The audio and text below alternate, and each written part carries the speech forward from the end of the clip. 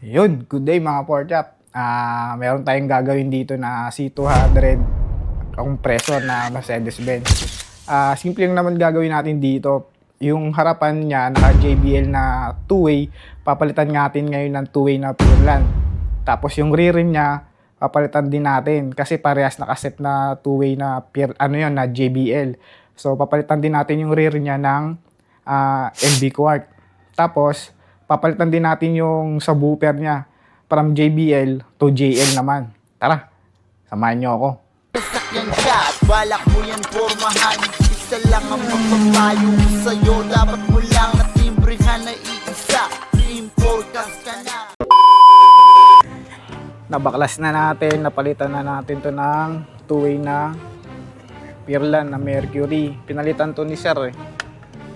Yung dati niya JBL. Ito yung dati niya, JBL. So nagpalit tayo sa harapan ng two-way kasi hindi nagustuhan ni Sir yung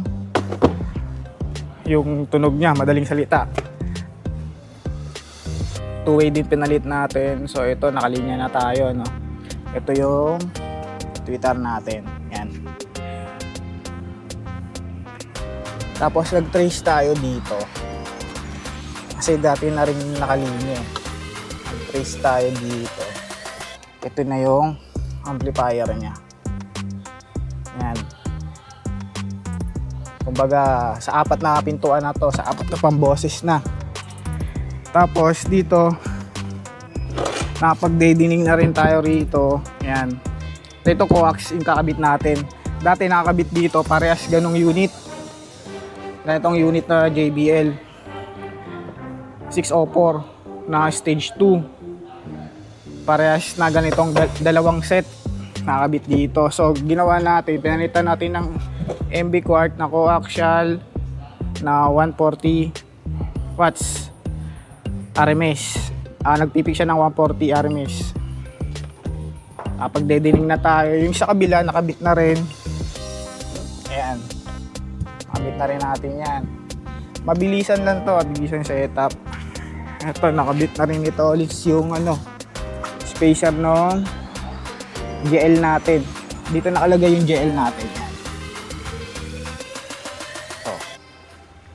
Kasi dati, naka JBL din siya. Ito yung JBL niya. Sabi ni Sir, matigas daw bumayo. So, pinapalitan din ni Sir. So, ito, nakapag-deadening rin tayo rito. Gaya magiging forma niyan.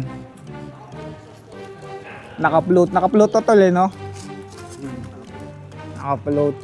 Ayan, gaya magiging forma. Ayan yung spacer niya. Tapos deadening na rin. Ito yung gel natin, 10 inch.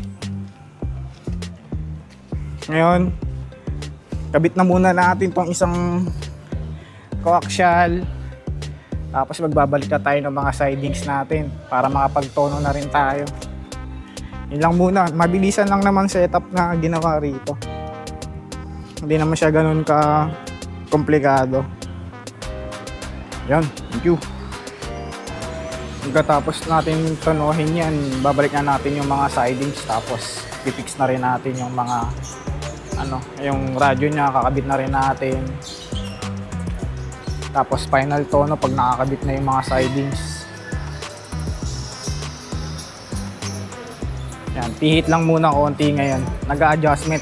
Tapos nagta-time alignment muna.